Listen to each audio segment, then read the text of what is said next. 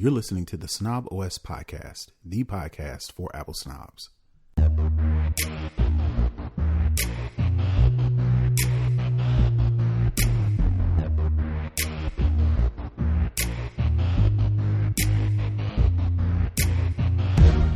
Yo, this is Terrence Gaines, aka Brother Tech.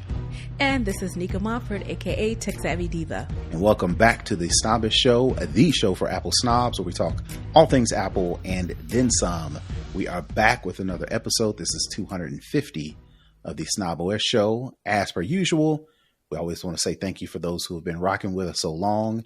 We definitely want to give a special shout out to our Patreon supporters, those who support us financially. If you want to become a financial supporter, please go to patreon.com/SnobOScast. For your pledge, you definitely get some extra exclusives, and we definitely want to thank you for your continued support. So we're going to jump right into the show. As always, we start with the lowdown. And of course, all over the news is the Vision Pro. We've been talking about it for the past couple of weeks. And if you're listening to us on Friday, that means it is available, whether you go to the Apple Store and pick one up, or if you're waiting for that delivery. I don't know if they're getting delivered. Are they getting delivered, or do you have to pick them up in the store and do a demo? I think they're doing delivery. Okay. And they will, it's next week. It's not this week they get them.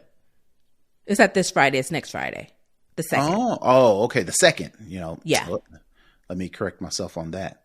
But you have pre-ordered them, whether you are getting it shipped or if you are going to go to the store and have Apple do their demo / presentation.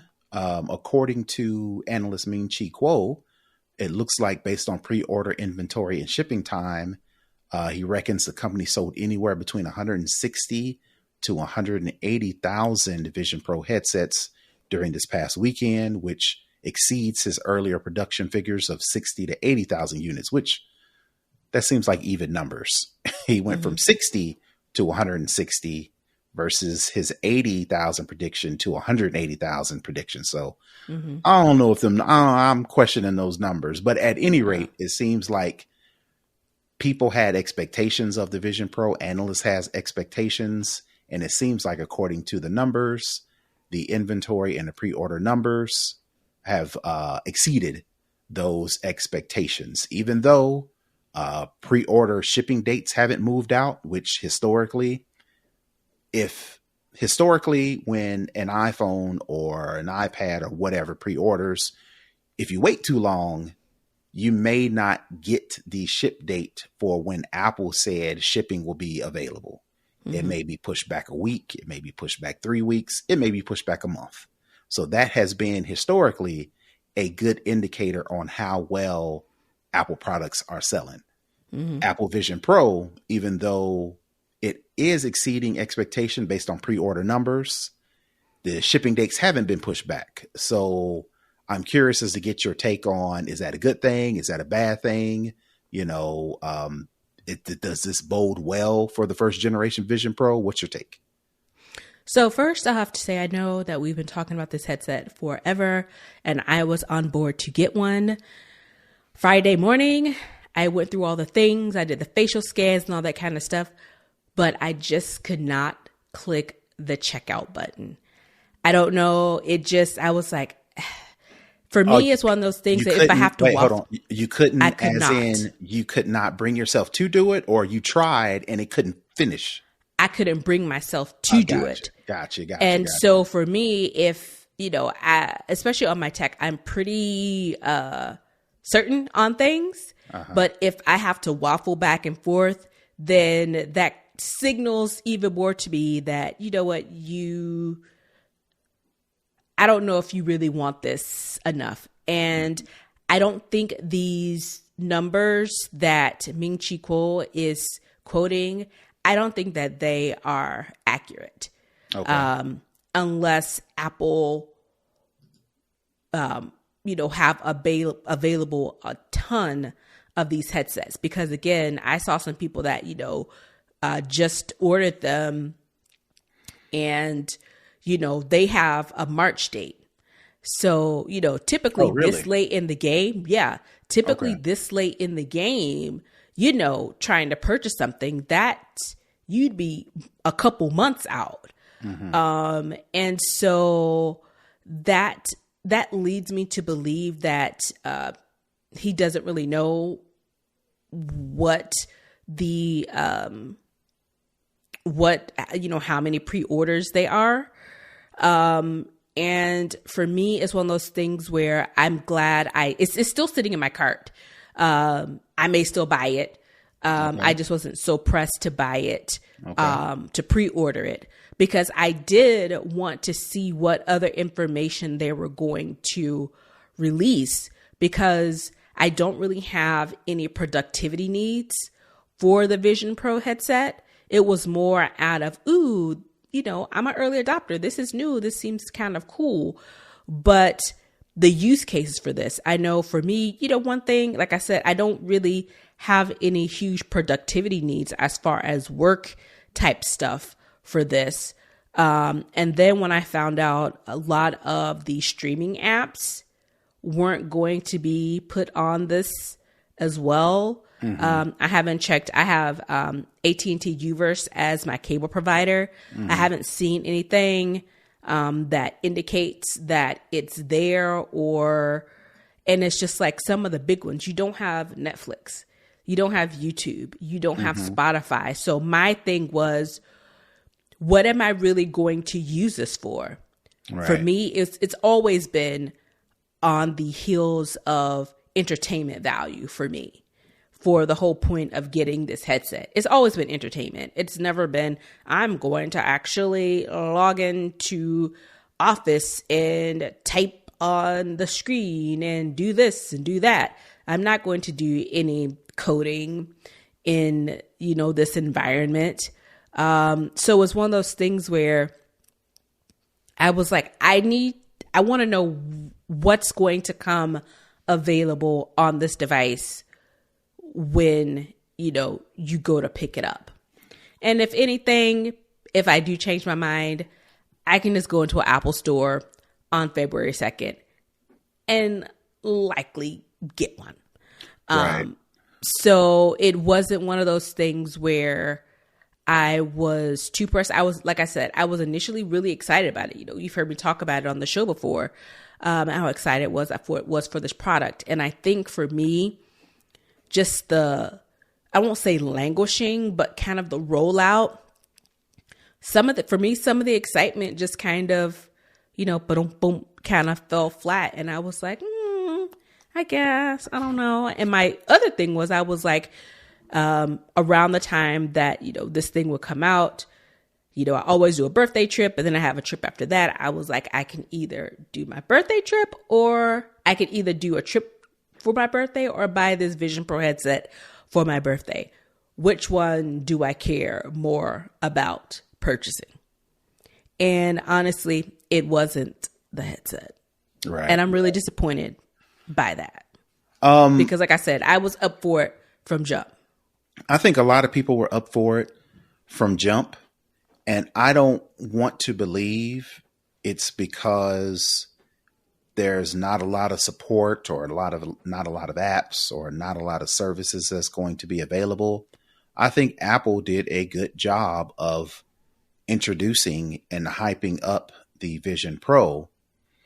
But I think the realization that this is a Generation 1 device in a brand new category. It'd be one thing if Apple announced a new, different type of iPhone or a different type of iPad. I think people's excitement could have been held up until pre-order time. But I think people are starting to understand that this is a Generation 1 device in a whole new category. And people are like, oh, the Vision Pro is so dope. But it's customary that this thing is not going to have a 50 million bajillion apps. It's not going to have Netflix. It's going to be, people are talking about the Air keyboard thing being clunky and wonky. I think people kind of realize that now and have come to terms, even though it is Apple, even though, Apple is the greatest at press release and market and all that stuff. I think people have settled in with the idea of this is a brand new product in a brand new category. So we can wait on this. But especially with a $3,500 price tag. Especially with a $3,500 price tag on top of all the extra things that you have to buy for this thing, which will easily run it up to $4,000, maybe $5,000, right? Yeah. People, like you mentioned, people have got other things to do with $4,000, now $800, $1,200, $1,500 that people are buying. Even $2,000. Well, I'm saying if an iPhone was, if you add it all up, or a Mac, you add it all up and it's close to $1,500, $2,000, people can see the use case for an iPhone, for a Mac, that would push them over to actually purchase it.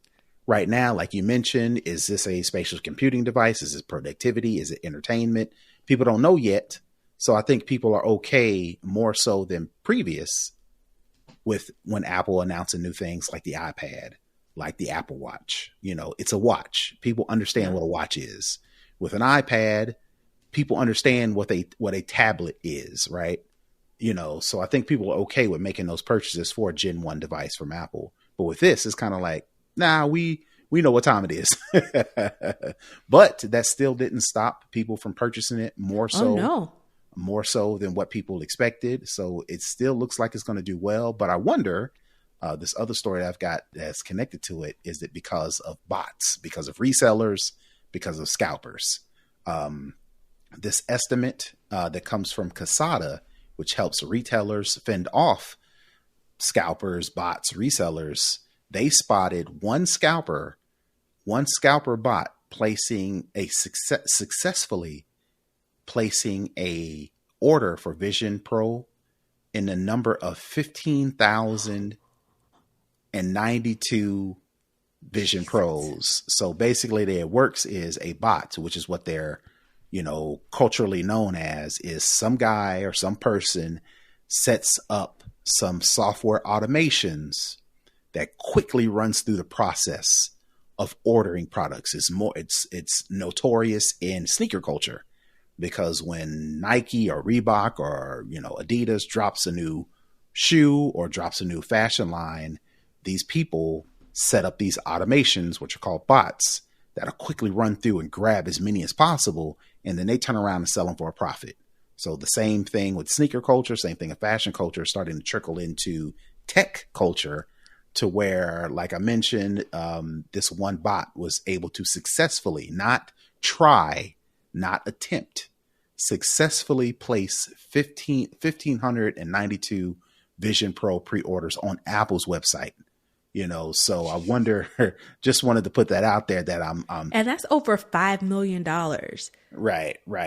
So in product, because there are some people, contrary to what I just said earlier about people settling in with the idea that I'm just going to wait on this, there are some people who still have that, I need to be the first person to get this, and they will pay double or triple the amount just to say they got it on eBay, private websites, whatever the case may be. So I wonder if the numbers are being inflated because there are bots running around that have leaked into the tech sector. Could be. Very well could be. And it's one of those things where, for me, if I go into the Apple store to try it out, to get a feel for it, I may get one because, I think it's the unknown. And even for me, who is an early adopter, there's still, a level of unknown. I think when we talked about this before, my concern or thought process was, yes, this is the first edition. I'm sure there are some people who I'll buy one to use and buy one to keep. If you got it like that, like a collector's item. And it's one of those things where I think it'll hold value because it is really the first of its kind to do what it's doing. Of course, there are other VR headsets, but again, Apple is very clear to say this isn't a VR headset. It's a spatial computing device. So, like I said, is there an actual VR headset coming out that's not spatial computing? Is there an affordable one coming out? Are we getting finally the Google glasses? What, is the product roadmap for these types of things? And for me, it's like, I don't know. And again, the device is still going to be out there. So even if you don't get them on day one, like diehards want them, you'll still be able to get one if you want one.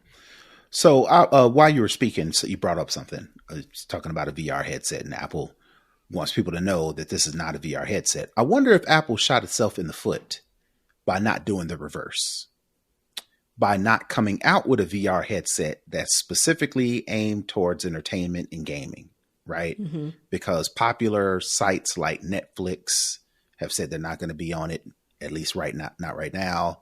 A couple other things, may not be available. Charles in our stream mentioned MS Teams. We don't know if MS Teams is going to be supported out the gate, which kind of dims all the possibilities at first sale. Now, Apple can come out with software patches. This thing can take off in popularity, and Apple says, oh, people want a VR headset? All right, bet. We're going to make this more VR friendly, right? But I wonder if Apple shot itself in the foot by not coming out with a strictly entertainment VR headset that would be more palpable for the Netflixes, for the Disneys, for Apple, Apple TV Plus, for games, to where it's strictly for, fitness and entertainment. Apple loads Apple Fitness Plus, and it does all the traditional VR things, but it's Apple. So therefore they can broker with NFL and the NBA and the MLB and the hockey, and to get all of those entertainment consumerist type applications on board to where they could get more popularity with this first product that also isn't $34.99. Maybe it's $12.99, and it's got Netflix and Hulu and, all these things, to where then they kind of gauge, are people willing to buy an Apple VR? And if they can, then maybe the second generation or the Pro version, right? Since it's the Vision Pro, then maybe Apple should have came out with the Vision and then come out with the Vision Pro that does Microsoft Teams, and it does spatial computing with the keyboard and, the whatever the case may be. I'm curious if Apple didn't shoot stuff in the foot by doing a traditional VR headset first. And that's very interesting that you say that, because we do remember we have iPad, then we got the iPad Pro. We had a MacBook, then the MacBook Pro. Now we got the Apple Watch. Now we got the Apple Watch Ultra. Right. So it's those type of things that do it does make you wonder. You had the AirPods, and you had the AirPods Pro. Right. So, it seems like they've shifted from their typical progression plan, unless that was intended, because this is spatial computing and not VR. And when they come out with the VR headset, then maybe they'll continue with the Pro, type of naming convention. But I don't know.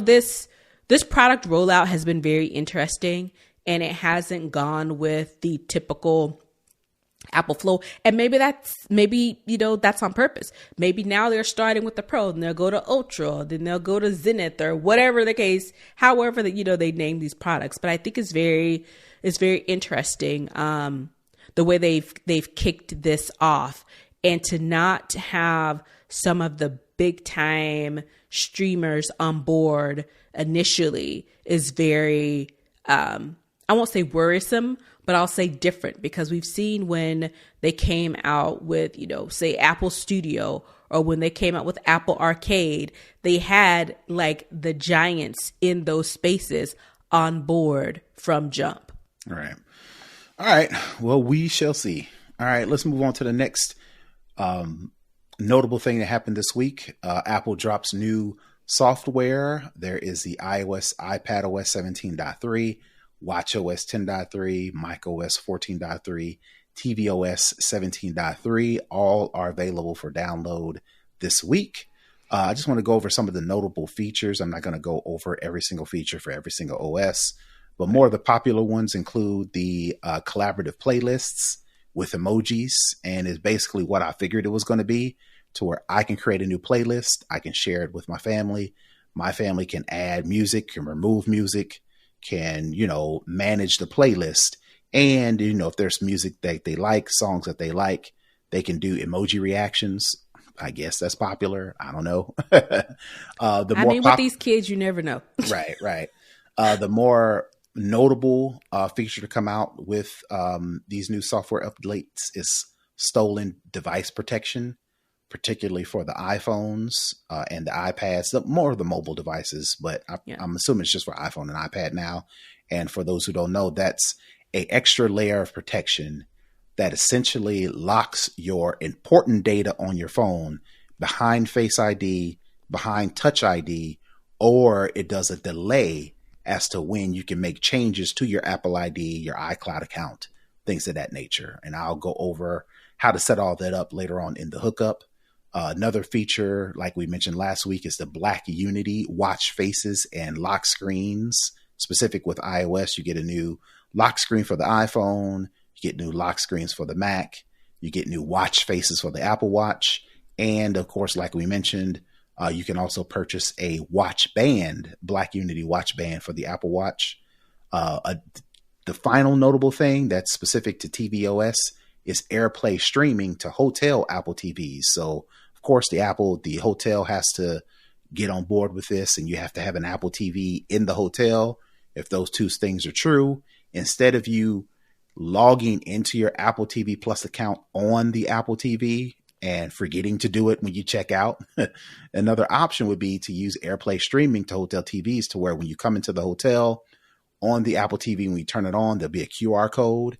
You can scan that QR code with your phone, with your iPad, and you can stream your content to the TV. So therefore, you never have to log in to that Apple TV.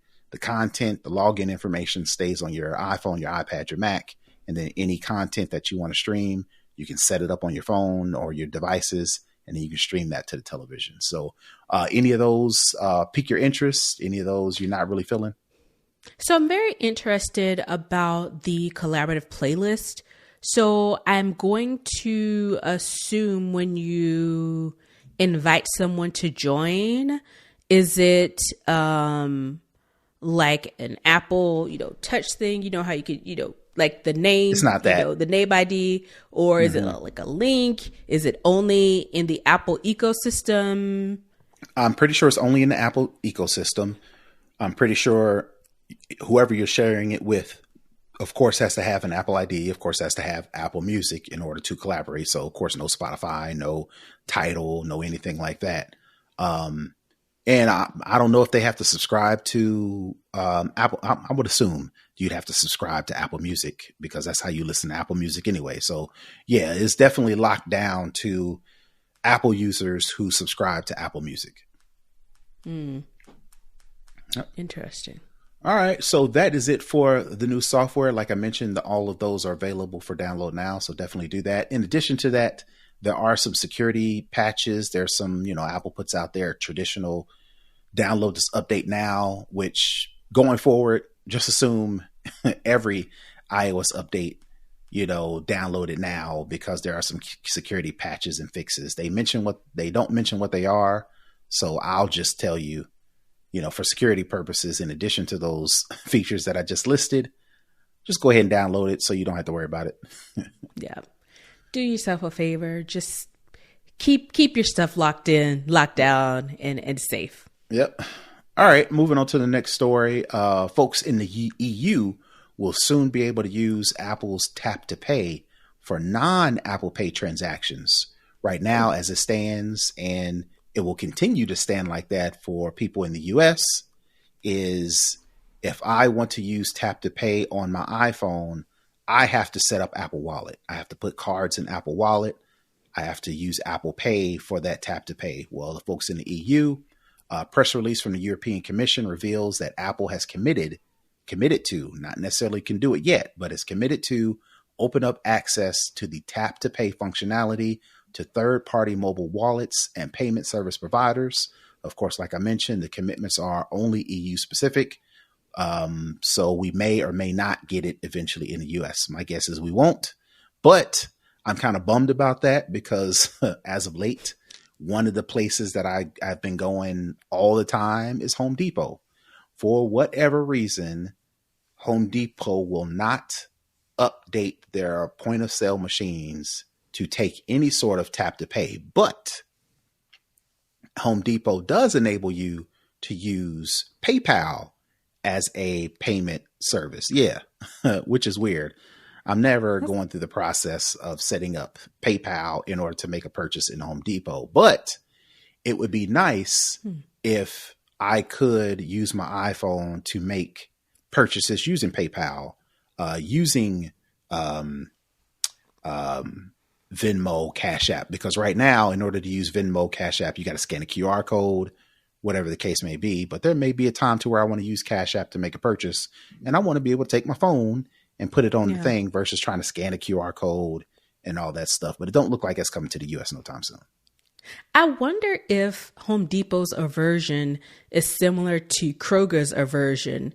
Remember they had that Kroger Pay and they refused to use Apple Pay, Google Pay, anything. And then they eventually had to get rid of it because nobody was like, I'm not doing that. That's stupid. Target used to be like that as well, if I can remember. Home Depot has no sort of Home Depot Pay or no Home Depot sort of load up your Home Depot card or anything like that. But you can make purchases via PayPal.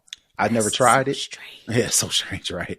Eventually, maybe, Home Depot's trying to conserve, they don't want to invest the money to update all their point of sale machines. But yeah, every time, and there's been some times where I've walked into the store just knowing I can pay with my watch or my phone. And I get all the way up there with all my crap and then have to do the walk of shame to my car and tie up one of the... Let me get my wallet. Yeah, go all the way to my car. Luckily, I brought my wallet with me because I'm a brother. You can't go nowhere without your wallet. That's a whole nother subject. Yeah. But, I got to make that walk of shame to get to my car to get my wallet just to buy my wood from Home Depot. So hopefully they make that change. And it would be, you know what, as much as I respect Apple for keeping everything in-house and making sure they have a lockdown and make sure they control things front to end, there are some things to where it's like, you know what?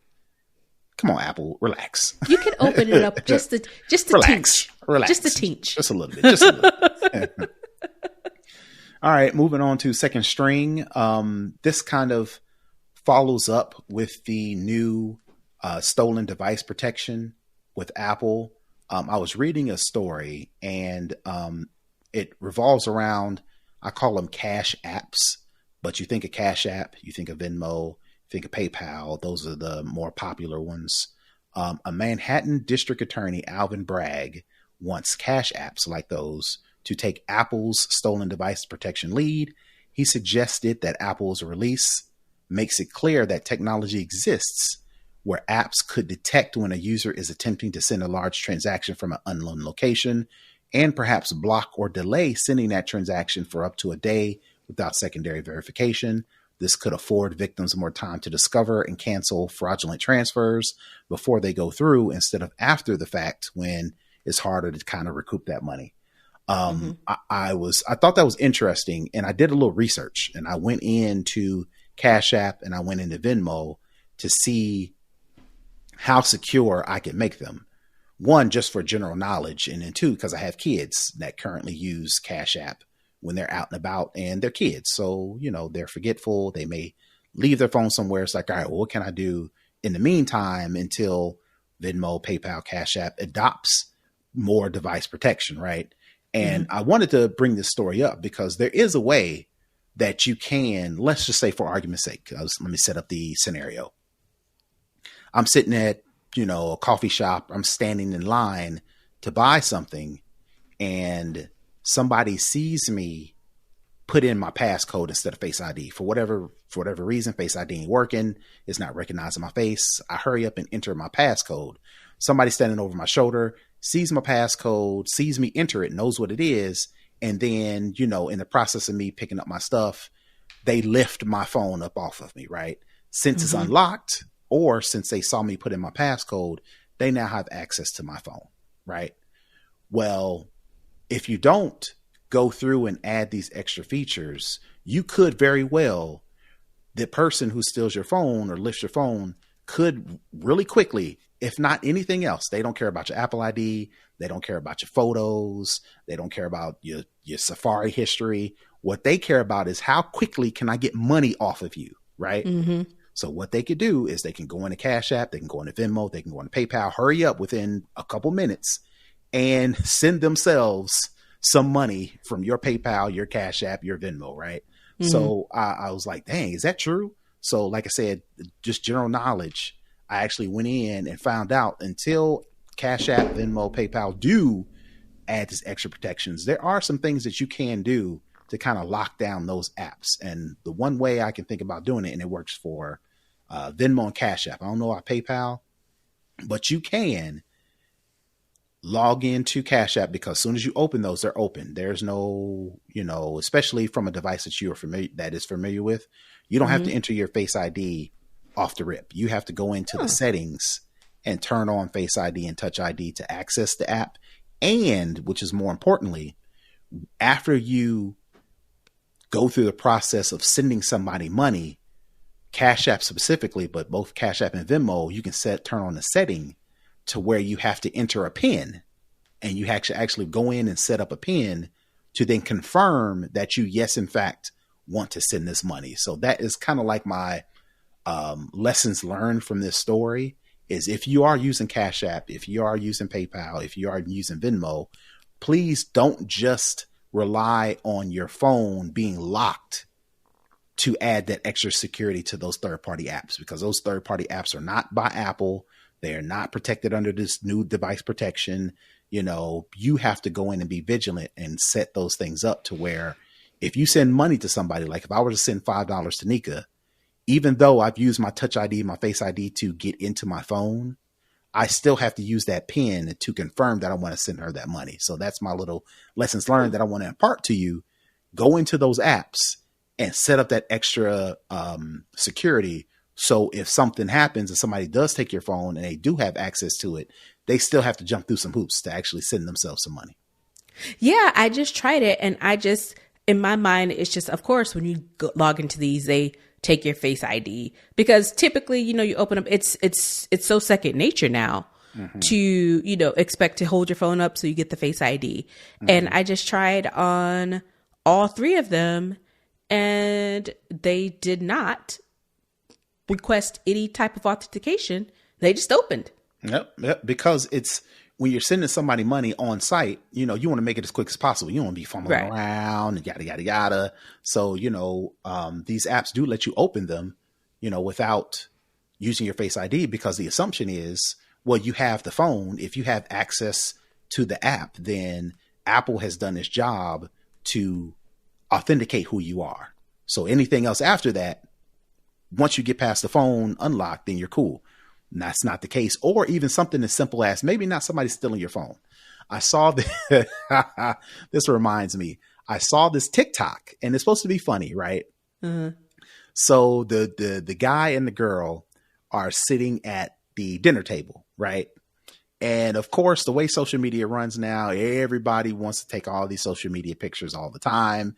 Most dudes, who are not social media inclined, they're like, I'm tired of, wife or girlfriend or my date in this case wants to take all these pictures. So I'm gonna go ahead and pay myself for being your social media photographer. And the dude, he takes her phone because she says, take a picture of me. I need you to take a picture of the food, all the things that social media people do. Right. So he's like, all right, bet. Takes her phone and holds it up like he's taking a picture, but he's in her Cash App sending himself some money. I thought that was hilarious because he's like, all right, bet I'm a compensate myself for being your photographer for this effort. Right. But that's a real, that kind of hit home to this because she's already in her phone. She unlocked her phone to give it to you so you can take a picture. I'll give you another example. It happens all the time. I unlock my phone and then I give it to somebody so they can enter their contact information because I don't want to be like, all right, how do you spell that? What's your phone number? Can you say that number again? Right. I typed it in. I pressed the wrong button. Yeah. Here. I give you the phone. You enter your name. You could very quickly now that you have access to the phone, quickly cash app yourself $200, while all the while I'm thinking you put your contact information in my phone. By the time I get home and notice, you long gone, right? So, in those situations, that's what those water boys were doing. Right. It don't necessarily have to be somebody stole my phone. I could give you access to my phone, and then you take that access and do whatever you want to do. So whatever you want to do with it. So all around the world to say, if you do use Cash App, if you do use those cash apps, definitely add that extra layer of protection. All right, moving on to for the culture. This is something personal. I'm a big fan of Jon Stewart. He was the longtime host of The Daily Show prior to Trevor Noah taking it over.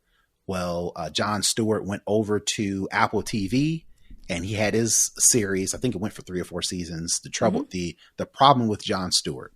And for whatever reason, their partnership between Jon Stewart and Apple TV abruptly stopped. Word on the street. Apple TV makes no sense. They cancel some of the most amazing shows, the most popular shows, without any type of indication.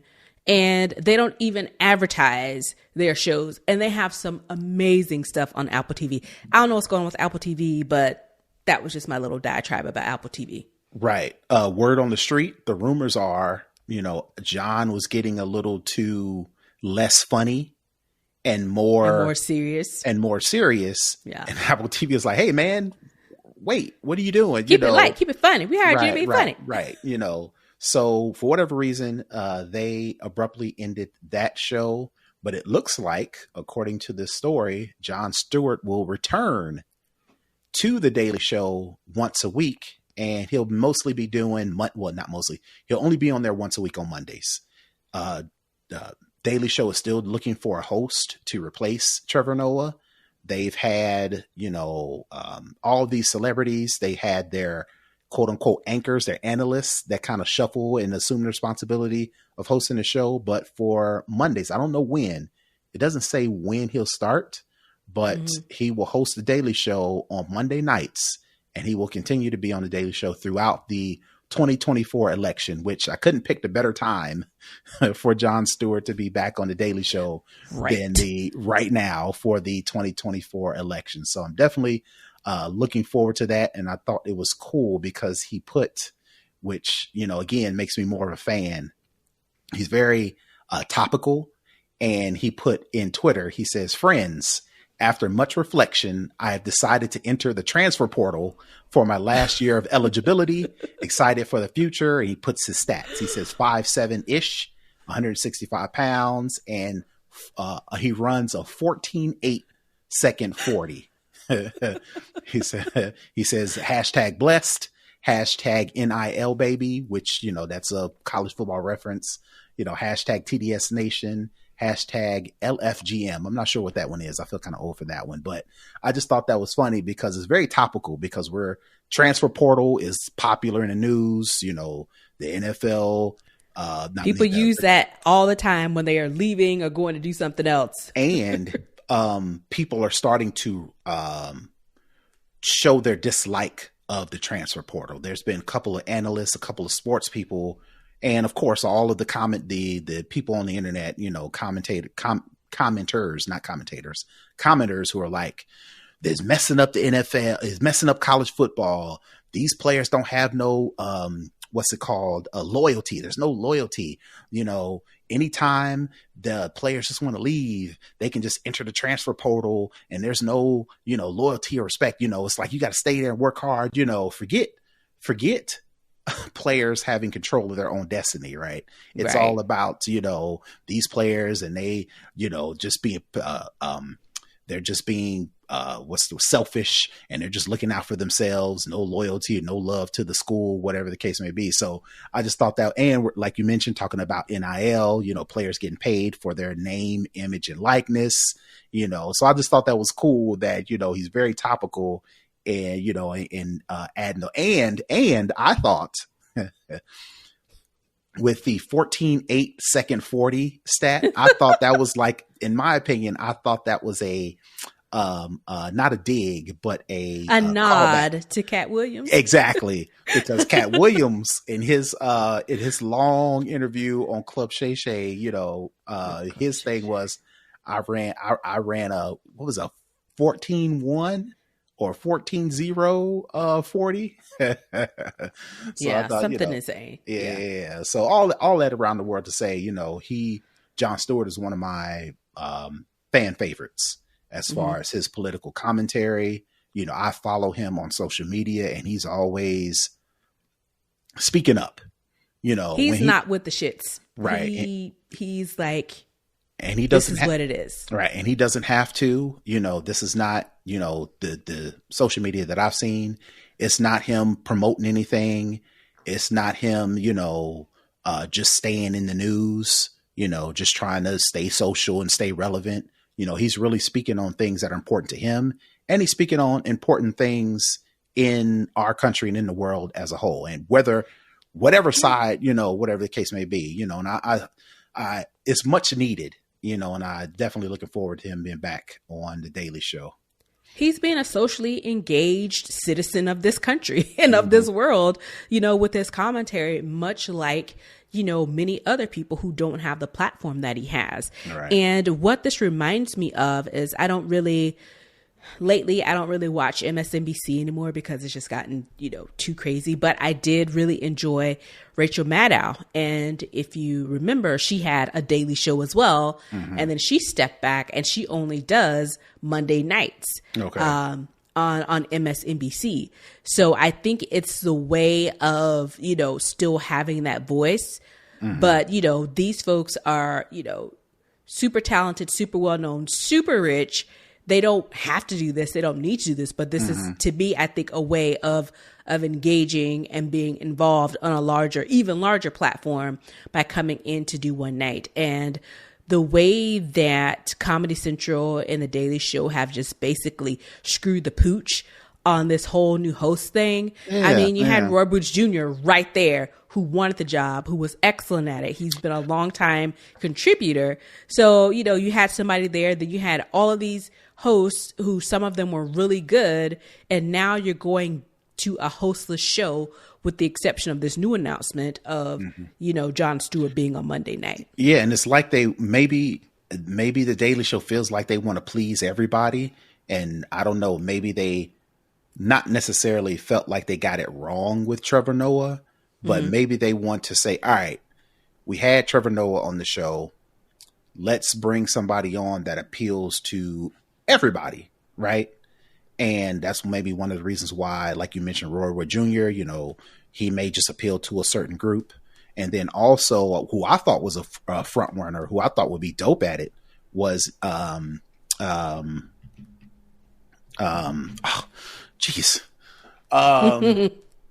what is his name? Hassan Minaj.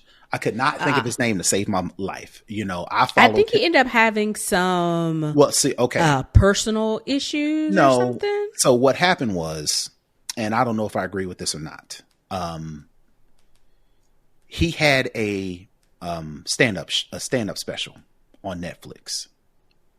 And he's a storyteller comedian, similar to like Dave Chappelle, right? They do a good job of telling a story. He told a couple of stories that he told them as incidents in his life, but weren't actually factual as to exactly what happened, right? Okay. There's an incident where he dated somebody and went to prom. I don't know the exact line, but the story that he told in the special wasn't what actually happened in actuality, right? I don't know if that was to protect, somebody's name or whatever the case may be. And then there was another one that I think maybe got him into more trouble, to where there was a particular setup to where he talked about after 9/11, how everybody clamped down on the Muslim community. And there was a undercover cop that went undercover into his or his family's mosque. And, he used that setup to get to the punchline, whatever the punchline was. Well, history would have it, it didn't really happen that way. And he had to explain as to how, you know, I use my life stories and I use my interactions as a part of my comedy, right? Well, you would assume that if you're using your own personal experiences, that's what actually happened, you know? So there was a whole kind of, all right, well, did it really happen? You know, or are you just lying to just make the joke funny? You know, and his thing was, well, no, I'm not necessarily lying, you know, but I am fabricating parts of the story in order to set up the punchline. And I think that kind of all the way. So he kind of had a credibility issue at that point.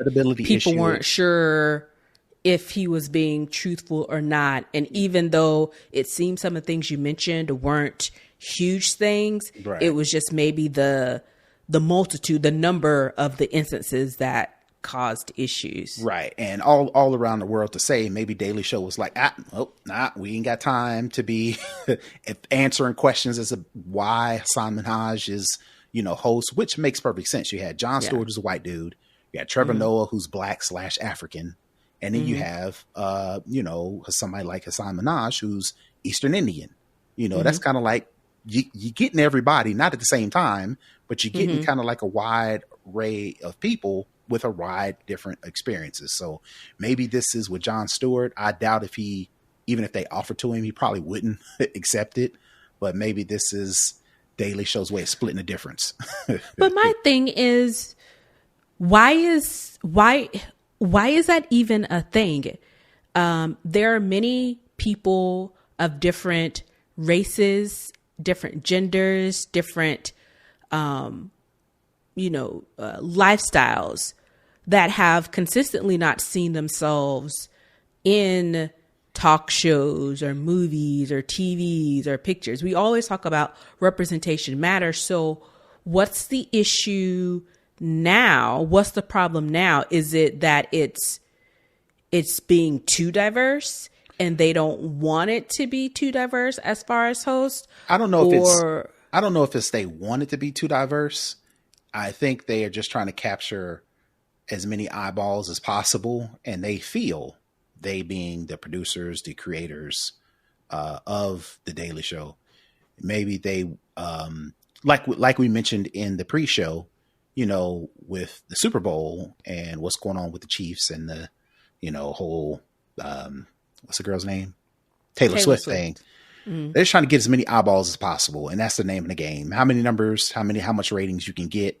You know, so we're trying to get everybody, which again makes sense in a long story short of getting Jon Stewart, because he is respected by a lot of different. But it's only for that one night. I think what they're doing is splitting the difference. I think what they're doing is running people off, because there's no way on God's green earth you're going to be able to find a person to cater to every specific person, you know? And it seems to me they're so focused on, you know, getting eyeballs, like we mentioned in the pre-show, that you're trying to retain something that you already have rather than being willing to bring in some new viewership by, you know, not being so focused on one specific group or block of people or catering to them, that you're missing a whole world of people out there. And what they're going to do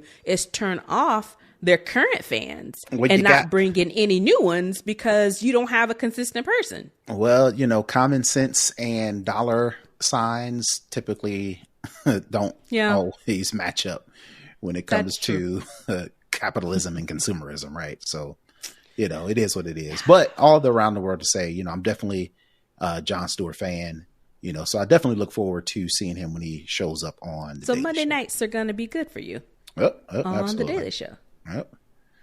Yep. All right. So moving on to the hookup, we mentioned it towards the top of the show. Stolen device protection is now available for all devices that can download iOS 17.3. I would highly advise you turn on that feature, but there's a couple of hoops you got to jump through in order to get stolen device protection turned on. So that is my tip for the week. I'm going to tell you what you need to know in order to get stolen device protection enabled. Basically, it's just a bunch of check boxes that you have to check off. First one you got to check off is you need two-factor authentication turned on your Apple ID. Once you do that, you definitely need to add a passcode to your device for obvious reasons, right? Nobody not accessing your device, but there are some people who don't turn on a passcode on their device. You got to do that. Again, if you're just using a passcode and you haven't turned on Face ID or Touch ID, because I don't trust Apple, air quotes, in order to use stolen device protection, you do have to enable Face ID or Touch ID, depending on what device you have. And then finally, you need Find My enabled. And basically that enables you to locate your device if you have it lost or stolen. And you have to turn on significant locations enabled. So there's a precise locations and a significant locations. At the very least, you have to have significant locations enabled. Once you check all those things off the box, then you can go in and turn on stolen device protection. And basically what you do is you go into iPhone settings, then you go to Face ID and passcode, and then you turn on protection. That will turn on the device protection. And for those not paying attention up until now, what stolen device protection is, it adds another layer of protection to where if somebody has access to your phone and they're able to get into your phone, additional features like being able to access Apple Wallet, being able to change your Apple ID, either the Apple ID itself or your email address, at being able to access your iCloud information, all of that you'll have to authenticate via Face ID or Touch ID. You just can't do the passcode and get access to everything. You got to have extra authentication in order to access those sections. So that is my tip for the week. I would highly advise you do it. Once we're done with this show, I'm going to go upstairs and make sure all my family is updated to iOS 17.3 and then all these things because I got kids. And last thing I need is somebody to, in my family to lose their device and then come crying to me because all their little Cash App money is gone. Yeah. Turn this on as soon. First, upgrade to 17.3. Yeah, if you're still on 16 or if you're on, if you're on, 17.1, first upgrade to 17.3 because it does include some key security fixes. And we preach that. Make sure that your data and your devices are safe and protected. And second, this is another layer of protection when it comes to your data specifically related to your Apple ID in case your phone is lost or stolen. So we can't urge you enough to definitely upgrade to 17.3 and get this device protection turned on. Right. And again, like I mentioned, I'll say it again, the cool thing about stolen device protection is it's in addition to just turning on your passcode or your Face ID and Touch ID to access your device. Because even if somebody has access to your device and they're able to bypass that, the stolen device protection enables them to not be able to access a whole bunch of other stuff, even if they do have access to your phone. Yep. All right. So that is going to do it for this week's show. Nika, tell the folks where they can find you. You can find me at Tech Savvy Diva everywhere. And you can find me all over the internet at Brother Tech. That's BROTHATECH. If you want to interact with the show, please go to our website. That's snoboscast.com to get all the details. Until next week, we are out. Peace. Bye, everybody.